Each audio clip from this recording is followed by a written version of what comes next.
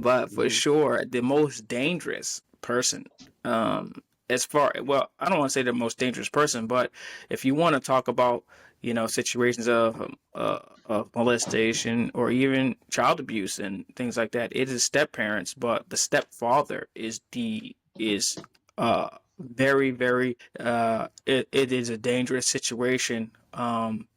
And it's not all stepfathers. It's not, absolutely not. I think all of us are stepfathers in some degree. At least have one stepchild. But the thing is, the majority of cases where children are abused, it's a relative, and a lot of them, are the stepfather or boyfriend. You can throw that in there where the boyfriend, you Yeah. know. Um, and so you just, and I'll just say this and then we can move on because we could talk more about it. But when we get into stepfather episodes and things like that, we can get deeper in it. But for women, you have to understand something.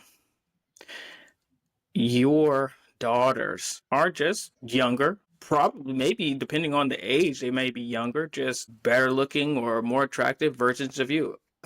So you have to understand that from a man's perspective, the boyfriend coming in, the stepdad, the new husband or whatever.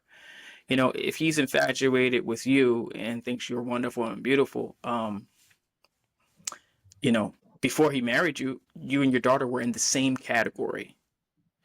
For some. Now, some people daughters are very young, and that's different. But if you have teenage daughters, or even adolescent, you have to really think about that. And you have to even pay attention.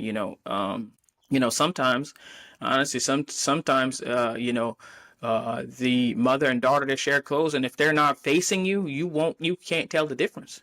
You can't tell who's who. Sometimes you mistake one for the other, when they get to a certain age. So you just, you have to think about that. Women have to really, really think about that, going forward.